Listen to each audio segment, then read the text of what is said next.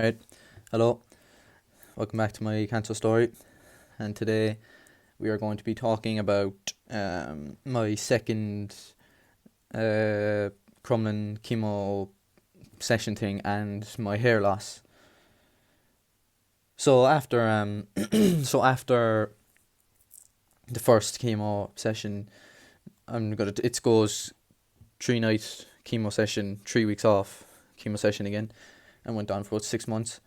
So what I did was, in between those 3 weeks, I just slept really. I went to school maybe 3 or 4 times. I was too ill really to do much, and I wasn't really eating much either. So I just had no energy basically because I was sick all the time. But what happened sometimes was the Hickman line I talked about. They had to get that cleaned. They had to clean that. So I went up to the Mercy every Wednesday.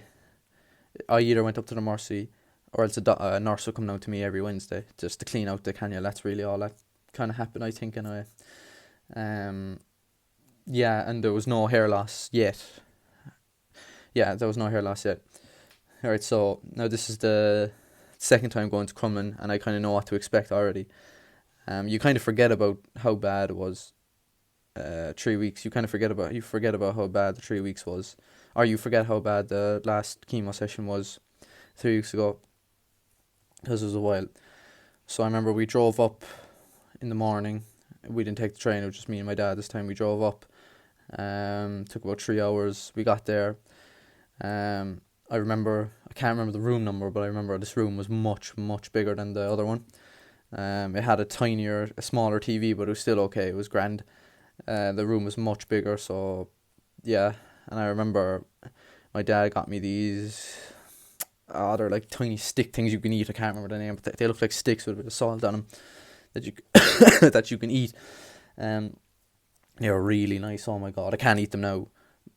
I just can't eat them now. But I remember before the chemo session started, I started eating so much of them. It was stupid. I don't know what I was thinking. I don't know. I obviously didn't know what was going to happen. Started eating them anyway. The whole packet gone in about 10 minutes. And then they hooked me up to the chemo. Hooked me up to the chemo. It was ridiculous. They gave me about 5 minutes into it. It's weird. 5 minutes into it, I got sick everywhere. It was horrible. Got sick everywhere. And the last chemo session, I didn't get sick at all for 4 days straight. I didn't get sick. 5 minutes into the second one, I got sick.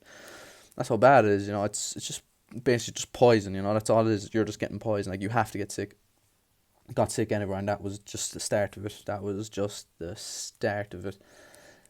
I'm not joking. Every 10 minutes, I got sick that time, and then I properly realized how hard this was going to be. Sorry, I realized how hard this is going to be now. So yeah, I remember getting sick everywhere, and it was awful. All the stick things coming back out. I didn't get sick into a bowl either. I just got sick onto the floor, and I had to press the button and say, "Oh, sorry, there, I got sick." She came in, cleaned it up, grand job, everything went away. But and then this time, if you remember my last video, I said that I might have I hit a wall on about the second day. I'd say the second day I hit a wall. This time I hit the wall of weakness and tiredness about the first day in, and about 6 hours into it, I hit the wall, and I realized it's gonna keep getting worse and worse. Like, you're getting poisoned every time. You're getting more poison every time. So yeah, there wasn't really much to say after that. I constantly getting sick.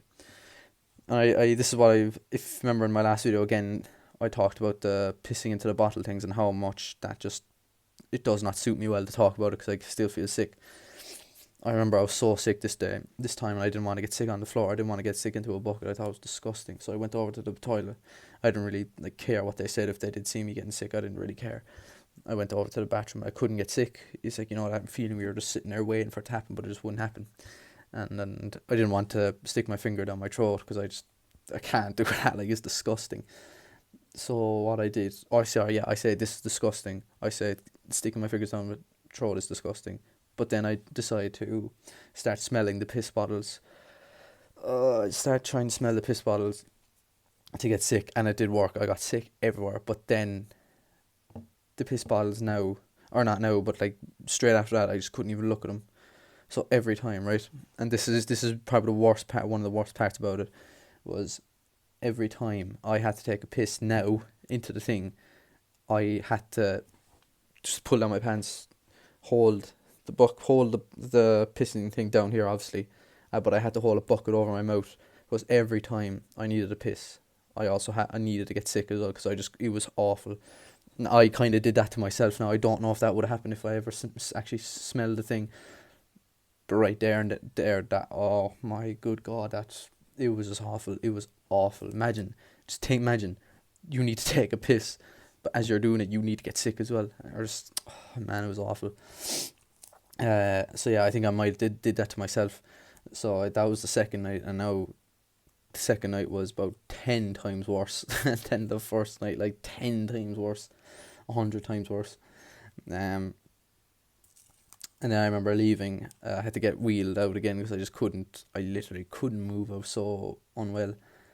Leaving the place anyway, and I was just that drove me. It drove me home, and I was just like, oh, this is what it's going to be. Because the first chemo session, I walked out of it like, if it's going to be like that every time, I can definitely do this. But walking out of the second one, I was like, this is going to be horrendously bad. This is going to be awful. Um. So yeah, that was the second night. And so I went. So I remember then after that, about maybe a week later, I saw. I woke up one day, and I looked at my pillow, and I had shaved my head already now, so I don't have like this much of long hair.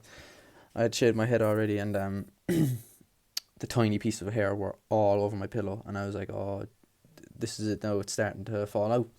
And I'll definitely put up a picture somewhere there of me being bald. Like I know I tried to like cover up my identity by just doing this, but I'll show you a picture, and I just to see what I looked like when the whole thing was gone. Um, yeah, it wasn't real. I was just looking at like, oh Jesus, it got so messy as well. It was really hard to get off, and everywhere I went then, like if I sat down on the couch and then I sit back up, there would be hair everywhere. It was like I was like a shedding dog. I was shedding like a dog. It was weird. That's when I started wearing a hat. Yeah, I started wearing a hat then. When I went into school and all that, I just wore the hat. Because obviously I didn't want anyone to see it. But this is, yeah, yeah, that I wore the hat. Yeah. Yeah. So that was that. That was my second time in Crumlin, and it was not a nice experience. And that was the start of my hair loss as well. So yeah, I'm gonna leave it there. That's all I wanted to talk about today, was the second time, and just like how much worse each session gets. You deteriorate more and more each time. So yeah, that's that. I just want to say as well, I made this channel to, like, obviously I want to tell my story, but obviously I want to help people as well. So like, if you had the same journey or something and you want to text me privately or anything like that, I have no bother with that at all. I'll definitely, I would love to help people if they're going through the same thing, or if they did. So just get that out there. So thank you. Thanks very much for watching.